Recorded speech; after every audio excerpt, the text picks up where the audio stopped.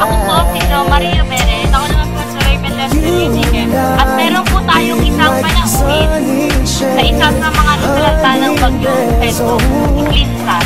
So, Clinsa, paano ka nakaligtas sa bagyong Pedro? Paniniwala po na lang sa bagyong magpapamilya.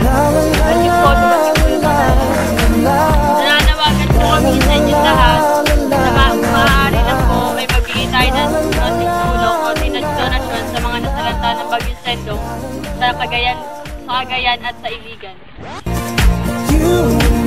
Kahit ano po tulong ay palugod po namin tatanggapin para sa mga